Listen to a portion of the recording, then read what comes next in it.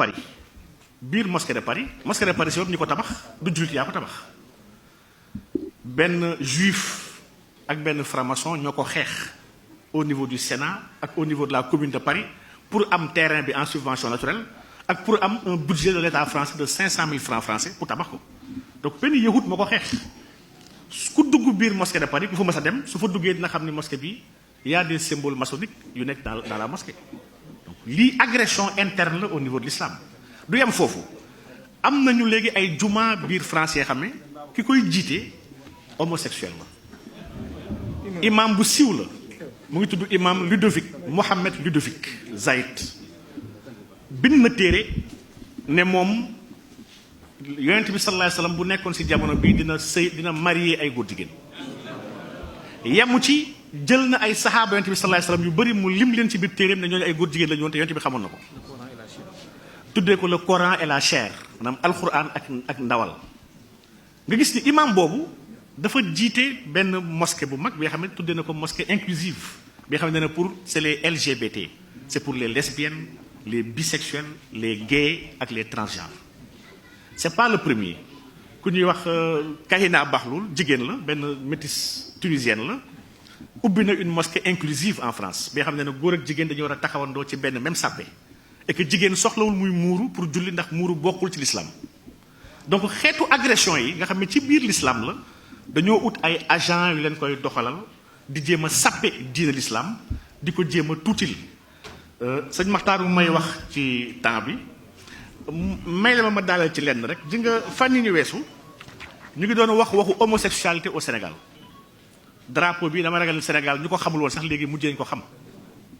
drapeau bi muy drapeau bu homosexuels yi tànnal seen bopp muy le drapeau de la communauté LGBTIA drapeau bi 6 couleurs la gis ngeen ni rouge a nekk ci kawam orange topp ci jaune vert bleu ak mauve li tax fan yi ñu jugoon ci drapeau bi artiste boobu ñuy wax Wally Seck dafa sol drapeau bi di def concert Sénégal dafa sol fësal ko ci bés bi nga xam ne jamono yooyu en Europe ñu ngi doon waxu homosexuels yi ak seen ay défilé ñuy wax gay pride drapeau bi la sol gis nañu ñëpp ñu ko ndokkeel ci àdduna bi ci ay homosexuels yu nekk France ak yu nekk fii sax Sénégal gis ngeen lii homosexuels yuy doxantu seen gay pride ñoom ñooy yor drapeau bi di ko màggal ndax nee mooy seen signe képp ku ànd ak ñoom moom nga war a yor da nga ko war a fësal ci ay brassard ci ay mbaxane ci ay t-shirt ci ay jean ñëpp ko war a wane fësal ko parce que dañoo war a imposer doomu aadama yi seen existence parce que ñoom dañoo bëgg sëyi seen biir dañoo bëgg dëkk àdduna bi yëpp ñu am fa seen ay àq ak seen ay yelleef maanaam dans 72 pays dans le monde l'homosexualité est toujours punie alhamdulilah Sénégal ci la bokk te Sénégal du ci génn illaa yawmil qiyaama lii ndokkel la bu communauté LGBT yi di ndokkelee Wally Seck ci travers ci Twitter di ko jaajëfal di ko béggee ci fit bu mu am malgré que ñu ngi koy saaga di ko xas ci fësal seen ay couleurs imposé ko Sénégal yi ànd ak ñoom défilandoo ak ñoom seen ay bëgg-bëgg lu tax ma tudd drapeau bi dafa am alxuraan bu ñu jël defar ko ci drapeau bi tuddee alxuraan bi le noble Coran arc-en-ciel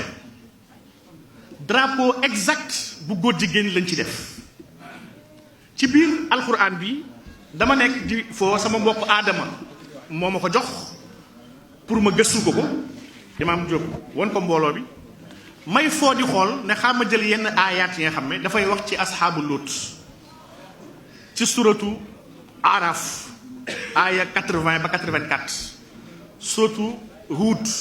surat yu yëpp ma koy jël benn par benn di xool aaya yooyu nas bi ci lugatul arabiyya laaluñu ko waaye traduction française bi soppi nañ ko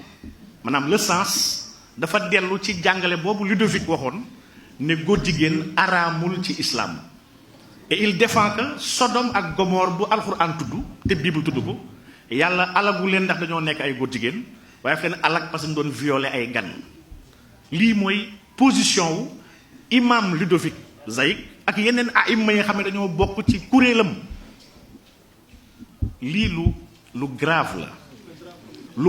la ñuy attaquer l'islam dans ses symboles ndax bu ñu fàtte ni islam mun naa wax ni ñett kese mooy l'islam ñett yi mooy pilier l'islam bi si njëkk mooy alquran bu ñu ko commencé attaqué di am projet effacer yenn aaya